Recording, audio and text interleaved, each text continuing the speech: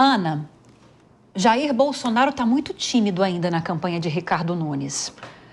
Ele está e não vai estar mais daqui para frente, talvez porque ele pode ser até pressionado a participar mais efetivamente da campanha. A condição foi essa para que o PL indicasse o vice na chapa de Nunes. E se isso acontecer, se pode haver uma virada talvez nesse ponto. A gente sabe que Marçal, as pesquisas têm mostrado que Marçal tem conseguido mais do que Nunes atrair o voto bolsonarista. Mas a partir do momento que Bolsonaro entra com mais afinco na campanha de Nunes, pode haver uma mudança nesse cenário? Olha, mais uma vez eu vou jogar na culpa da boa comunicação que tem o Pablo Marçal. Porque se você entrar em alguma postagem ali nas redes sociais e você começa a ler os comentários, você vê que a maioria das pessoas fala, tô com você, já era a família Bolsonaro. Então, eu acho que o Marçal, além de ser esse fenômeno que a gente está vendo, ele conseguiu fazer com que essa direita, mais direita, tenha se descolado um pouco da família Bolsonaro. E aí, sobre o Bolsonaro em si, eu acho que ele, percebendo essa movimentação, até por uma questão de sobrevivência, vai tentar, na medida do possível, e aí você fez a lembrança perfeita de que ele fez, junto com o partido dele, a indicação do vice do Ricardo Nunes. Então, ele também é esperado no sentido de colaborar com a campanha, mas o tanto que ele conseguir não se destacar nessa campanha, me parece que vai ser o caminho que ele vai escolher. Porque eu acho que, num cenário de eleição do Pablo Marçal, ele vai colar lá pro lado dele também. Mas até porque o governador de São Paulo é muito querido, né? Ele nem precisa se colar tanto, porque... Como é que chama mesmo? Tarcísio de Freitas. O Tarcísio é muito querido, então nem precisa tanto de Bolsonaro em cima, assim, porque o Tarcísio já tá, né? Ele tá indo pra rua e tal. E eu acho que o Tarcísio é uma imagem até melhor do que o Bolsonaro para a eleição municipal. Eu queria chamar a atenção para um fenômeno que eu acho bem interessante a gente começar a analisar, que é a primeira vez que a direita ela está ganhando novos representantes. Exato. Porque antes se condensava muito no bolsonarismo. E agora a gente está vendo essa direita se democratizar mais, com novos...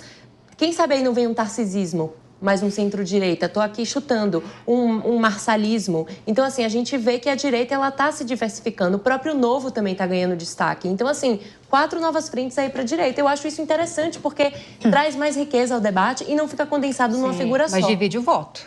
Divide o voto, mas aí eles que lutem.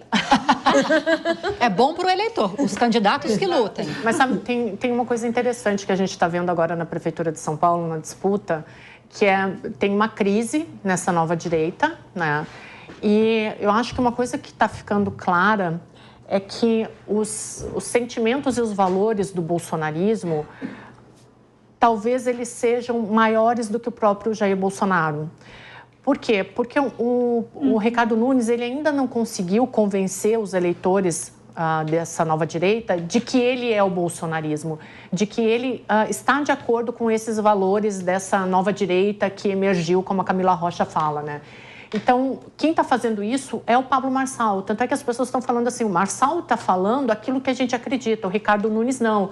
Parece que o Ricardo Nunes ele ainda está tentando entender se ele apoia esse bolsonarismo, se ele acena para o bolsonarismo ou se ele acena para um lado mais, sei lá, como queiram chamar, mais comedido ou não tanto para essa nova direita. E o Marçal está provando que os valores do bolsonarismo eles podem estar acima do Bolsonaro. Então, ele está trazendo esses eleitores para ele e os eleitores estão cobrando de Bolsonaro. Você não vai se posicionar a favor daquele que nos representa, porque o Ricardo Nunes não está conseguindo trazer esses valores para a campanha dele. Então, cada vez mais eu percebo, te ouvindo, Deise, que o eleitor está buscando uma ideia, um certo radicalismo, independentemente de quem abraça essas ideias. Já esqueceram Bolsonaro, pelo menos boa parte do eleitor de Bolsonaro está dizendo que vai apoiar Marçal, que não é o candidato de Bolsonaro. Não tem cadeira vazia em política. Bolsonaro não se manifestou, não entrou em campo, não falou, olha, meu candidato é esse, nós vamos fazer isso. O bolsonarismo não emergiu nessa campanha. Bom, os eleitores estão falando o que eles querem, né? A gente quer esses valores. O Nunes não vai representar, está aqui o Marçal que vai representar. Então, é isso, assim, não tem cadeira vazia. A política não é uma linha reta, né? Eu acho que você pegou num ponto muito bom, porque o Gente, tô esquecendo o nome de todo mundo. Tarcísio, Bolsonaro, Marçal, Nunes. O Nunes, ele realmente não está se posicionando nas redes sociais, que era onde ele poderia ganhar esse espaço do bolsonarismo. A rede social dele é muito fraca, ele não emite opinião nenhuma, não tem, é uma coisa bem protocolar, sabe? Estou postando porque eu tenho que postar, não é porque eu quero ganhar você. Se ele tivesse, você tem toda a razão, acho que é uma estratégia boa. Inclusive, o Nunes devia se escutar. Desde o início, e aqui eu acho que vocês vão concordar comigo, desde o início em que se começava a falar sobre Bolsonaro apoiar Nunes, era tudo tão obscuro. Exato. Porque Nunes queria o apoio de Bolsonaro em alguns momentos e ressaltava isso, em outros momentos ele preferia se distanciar de Bolsonaro. E até agora parece que não tem uma proximidade muito grande. Por isso que eu perguntei para a Ana sobre se Bolsonaro vai entrar com mais afinco nessa campanha, agora também de Ricardo Nunes. Também não sei se isso faria muita diferença. O que você pensa sobre isso, Olívia? Faria? Eu acho que não. Acho que o melhor que eles podem fazer mesmo é o Tarcísio. O Tarcísio, recentemente, não vou me lembrar para onde, pode ter sido até aqui, eu não vou me lembrar.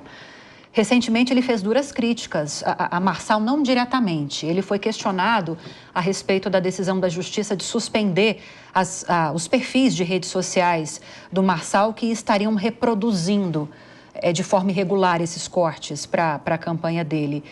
E Tarcísio disse que não era a favor de censura de forma nenhuma, mas nesse caso, esses perfis estavam desequilibrando a disputa eleitoral e que ele achava que era correto que isso acontecesse.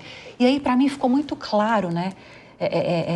Uma fala contra Marçal, a favor de Nunes, mas não sei qual foi o efeito disso e se teve ou se pode ter algum efeito isso, Maria. O problema é que o Nunes, ele não é um bolsonarista raiz. Não. Ele representa muito mais uma fisiologia política do que um movimento de direita. Ele é quando precisa, então, Maria. Eles tentaram, ali dentro do contexto, era o que se tinha na hora. Eu vejo assim.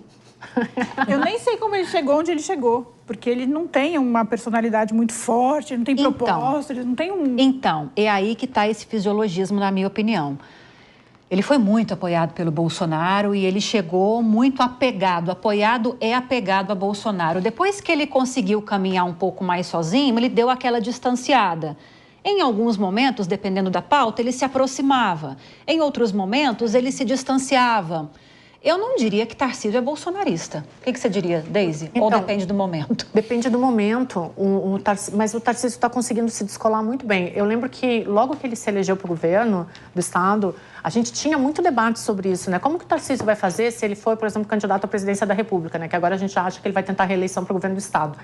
Mas a gente falava muito isso, assim, como que ele vai fazer, que era o desafio do Nunes, né? Que é o desafio do Nunes de acenar para o bolsonarismo, mas ao mesmo tempo se descolar, porque ele também não depende só desse voto. Mas o Tarcísio conseguiu. Ele tem uma postura mais firme, ele tem o próprio jeito dele de fazer política, ele conseguiu se descolar do Bolsonaro e fazer dele uma liderança forte. Então, tem algumas pautas para ele que são muito caras, mesmo quando ele apanha da imprensa, que é a questão da segurança pública, por exemplo, que ele foi muito questionado em relação às operações no Guarujá, mas ele mantém a postura firme. Então, ele assina um pouco lá, um pouco cá e consegue se manter dentro do jogo político com um nome muito forte, né? O Tarcísio tem uma aprovação... Eu já vou concluir e passar para a tia Aninha. Ela respirou fundo aí. Eu acho que... Não, eu levantei a mão. O grande desafio agora nessa campanha eleitoral vai ser o Nunes, o Boulos e o Datena alinharem a estratégia de campanha deles, porque a do Marçal está muito correta no que ele acredita, né? O Marçal já tem a estratégia de campanha dele. Agora, os outros vão ter que se readequar, porque não está dando certo, né? Agora, 2 horas e 56 minutos. Ana, quem que é Datena mesmo? Pois é. Gente, tem muitas coisas para falar com essa pergunta. Eu fiquei emocionada. Não, porque a gente está aqui falando sobre como o Pablo Marçal está utilizando a sua comunicação para crescer, para se alavancar, para fazer um remeleixo aí em toda a eleição, como ele está fazendo todos os candidatos mudarem as suas campanhas, as suas posturas. E quem seria o rei da comunicação que está como comunicador há décadas na televisão? Está nas sombras, está completamente apagado. Você não escuta falar do Datena nas eleições. Ele não está nem atacando, nem sendo atacado, nem se defendendo. Para mim, sinceramente, a maior incógnita da eleição é exatamente ele.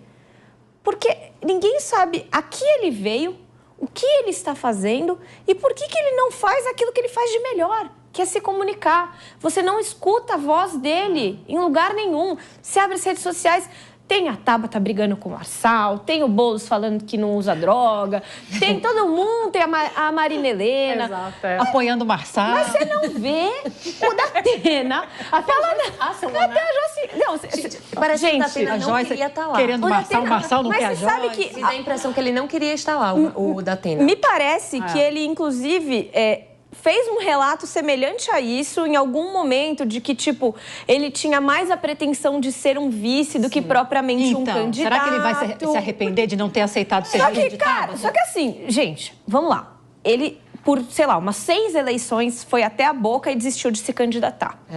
Aí ele se candidatou. Então todo mundo falou, não, agora vai. Não, o cara sumiu. É um negócio que, assim, pra mim, a maior incógnita das eleições não é o crescimento exacerbado do Marçal, não é se o Bolsonaro vai aparecer na campanha do Ricardo Nunes, não é o Ricardo Nunes, José Luiz Datena é o nome dele, A né? fofoca que eu escuto de bastidor é que Opa, o Datena vamos ouvir. só sabe, tipo, ele só quer entrar se for pra ser grande. Então ele tá hesitante, porque ele tá sabendo que ele não tem muita chance nesse momento. Então, tipo, quando ele tiver, eu não sei quais elementos, mas quando ele tiver elementos suficientes pra se sentir seguro, tipo, agora eu vou entrar com tudo e a gente vai... Mas ele começou uma... Desculpa, eu sei que não tem nada a ver contigo, assim, mas ele começou em terceiro nas pesquisas. Isso é entrar grande, Começou né? muito bem, né, em teoria. Então, o que ele está querendo, assim, porque ele não tem cargo, né? Assim, vamos combinar aqui para uma prefeitura da maior cidade do país, ele já começar em terceiro, ele começa grande. É que ele está deixando essa chance escapar. E aí tem um outro ponto, né? Triste fim de PSDB. Exato. Será que ele escolheu certo o partido? O partido que escolheu ele, Exato, isso que eu ia né? falar, o partido o escolheu. Foi a última tentativa de respiro do PSDB. Eles acharam que eles iam abalar o Bangu nessas eleições. Mas, gente, Agora. cá entre nós, tem alguém aqui nessa mesa que imaginava que o Datena candidato, finalmente candidato, ia se comportar da maneira que ele está se comportando? Tá bem Eu apagado. acho que o PSDB também não. A nossa repórter, a Beatriz Manfredini, mais cedo, ela trouxe apurações do Jornal da Manhã.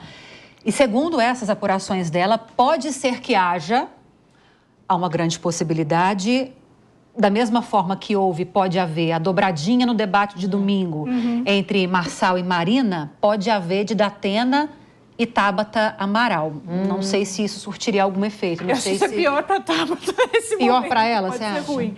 Gente, é uma vergonha? Desculpa, eu acho uma vergonha. Você ter que se aliar com o amiguinho pra bater no outro amiguinho. Parece recreio.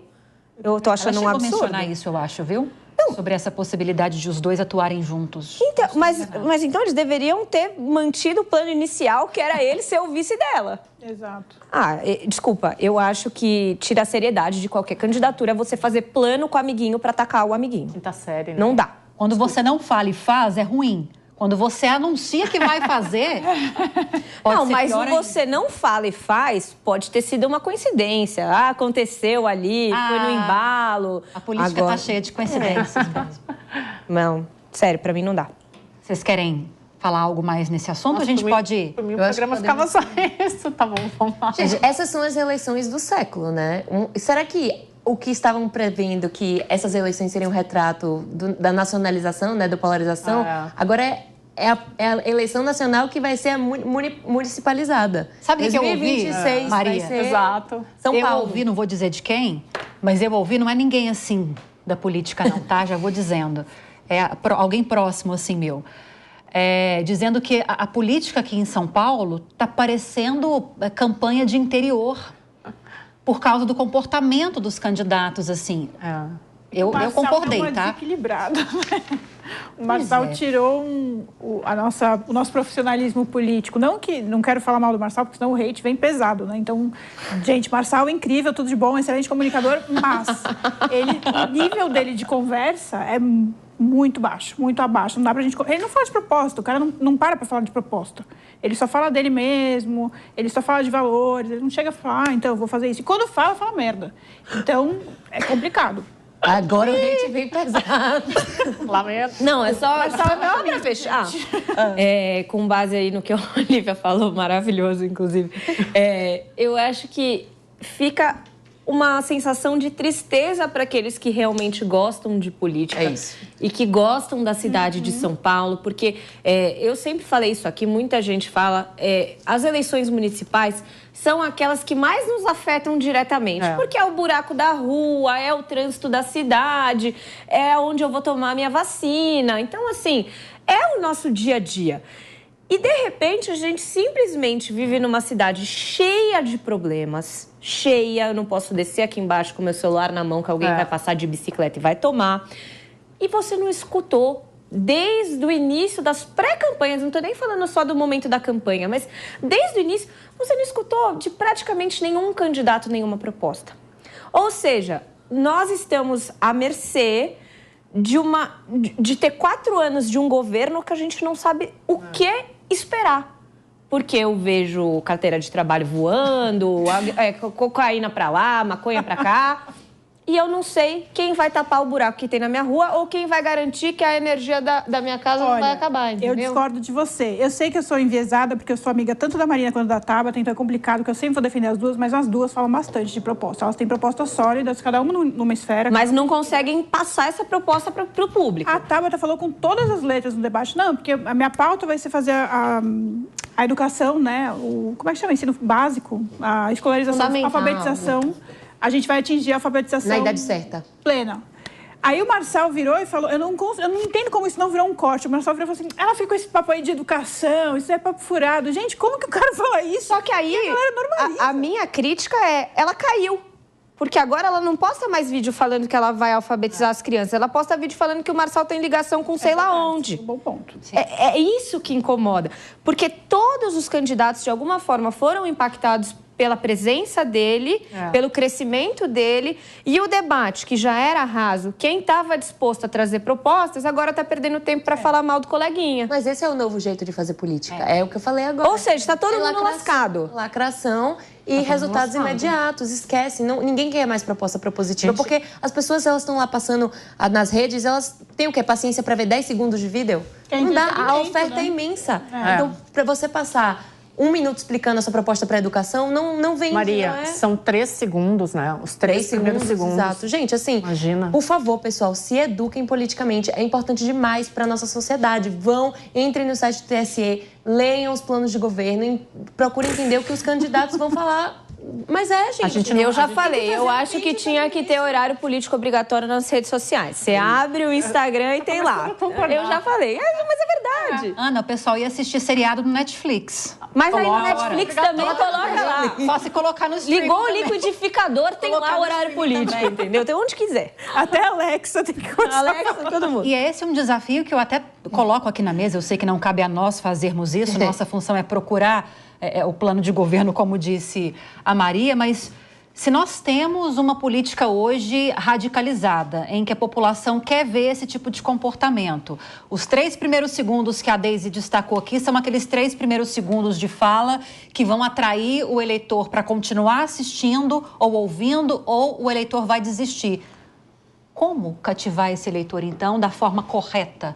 Essa educação política, ela passa por uma transformação cultural muito mais complexa do que a gente imagina? Eu vou defender um ponto aqui que é um pouco polêmico, mas já faz alguns anos que eu falo isso. Eu tenho alguns amigos que defendem isso também. Tem que voltar com aula de política na escola, mas não essa coisa doutrinadora de partido A, partido B é melhor. Não, é aquela coisa que a gente tinha, era orientação social e não sei o quê. A gente tinha, quando eu era pequena, tinha na escola o SPB, agora eu não lembro o que... Deise. Não sei, não. Porque o meu era ACA, Atualidades, Comunicação e Arte. Tá salva pelo gol. Então, mas a gente tinha uma educação social e cívica nas escolas, explicando o que fazia a Câmara dos Deputados, o que fazia a Assembleia Legislativa, como que a gente votava neles. Isso tem que voltar, mas sem essa coisa de doutrinar. Porque senão não vai sair desse lugar. Tem que ser objetivo, né? Esse faz A, esse faz B. A gente está numa disputa para a Prefeitura de São Paulo, a gente não está falando assim, você viu ali o plano de segurança do candidato tal? Você viu o plano de educação da fulana? A gente não deveria fala disso. Ser assim, né? Não, e por exemplo, pode reparar, essa questão da segurança, eu acho que ela é muito ilustrativa, porque a gente sabe que a segurança, fundamentalmente, não é uma atribuição do município. E aí, às vezes, você escuta falar, não, porque ele prometeu mais policiamento, ele prometeu meteu mais arma. Não, tipo, cara, não é Mas nem... pode, não é- mas pode, nem adianta, pode sim, né? pode, porque o município, na verdade, o que tem acontecido, e isso eu já falei uma vez aqui, as propostas dos candidatos, tanto de esquerda quanto de direita, elas têm convergido bastante nessa pauta de segurança, que se tornou o fenômeno, né, negativo aqui na cidade, a principal preocupação do eleitor paulistano, e é justamente isso. Aqui eles cuidam da Guarda Civil Metropolitana, mas- que pode ter armamento e pode aumentar o efetivo. Então, em tese, beleza. Mas o que eu tô dizendo é assim, o eleitor nem sabe disso. Não. Nem sabe qual é a atribuição da prefeitura, quais são as limitações da prefeitura para tratar de segurança pública. Isso dificulta a sua escolha. Total. Porque você não está nem partindo da premissa correta. É a base da política que vocês estão falando que poderia ser incorporada à grade curricular das escolas. E ainda acrescento, ninguém sabe o que um vereador faz. As pessoas falam, nossa, só vereador. Mas, gente, a eleição para vereador de São Paulo, ela é a mais competitiva do Brasil. Aqui você consegue, assim, e confundem, é na Assembleia, o vereador... Não, o vereador está na Câmara Municipal, deputado estadual na Assembleia Estadual e o deputado federal na Câmara Federal. Por isso, eu dei um curso sobre eleições municipais justamente visando isso. Alô, né? escolas. É, exatamente. Não, enfim. Alô, escolas. Não. Tô brincando. Quem segurou a onda ainda foi um amigo meu, cientista político, Creomar, maravilhoso. Falou, não, a gente tem... Vamos peitar essa porque a gente tem que fazer porque é um ano eleitoral. As pessoas não sabiam, é exatamente isso, elas não sabiam que o vereador ficava na Câmara de Vereadores, que o deputado federal fica em Brasília. Como cobrar uma Eu quero consciência política? só... Você não sabe nem disso. Os meus seguidores te ajudaram, Deise. OSPB, Organização Social Política Brasileira. Isso! Nossa, eu tinha essa aula aí com 6, 7 anos na escolinha ali. Maravilhoso, né? Não é da minha época. Vocês estão, o nosso porque amigo ainda aqui, bem, o nosso todos são cinegrafista. jovens aqui. Não é da minha Vocês época. lembram, né? Maravilhoso. Não é da minha época, embora eu tenha 36 anos e sou como vocês aqui também. É importante, né, Deise? Acredito que vocês, nesse afã de trazer um conteúdo para conscientizar as pessoas sobre política, se confunde muito política com ideologia. Não, a ideologia, ela vem depois da consciência política, que você começa a moldar, de acordo com seus princípios, aquele caminho político que você quer seguir. Exato. Mas uma coisa é completamente independente da outra, né? E eu não sei, Lívia, assim, na época que eu estudava, existia... Hoje, né, o professor que me dava essas aulas acabou virando um grande amigo. E hoje que eu fiquei sabendo a orientação partidária dele, porque na época ele conseguia fazer a coisa tão bem feita que a gente não tinha essa noção. Era realmente uma aula para nos educar, para nos ensinar. Tanto é que eu acabei na política muito por causa disso, né?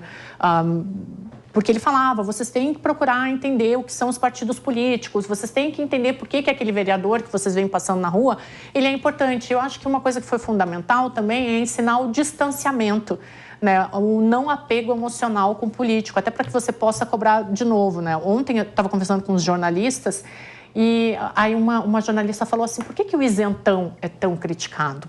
E aí a gente estava falando, porque a política hoje, ela virou uma política de emoção, né? Ela é sentimento, então parece que você tem que tomar um lado, porque o outro, que antes era uma pessoa que você tinha que combater com as ideias, hoje você tem que aniquilar. Então o outro, na nossa política hoje, ele virou um inimigo. Quando você fala de um isentão, é como se ele não quisesse tomar um partido. Só que as pessoas esquecem, e eu quero que alguém me aponte aqui que existe um governo perfeito.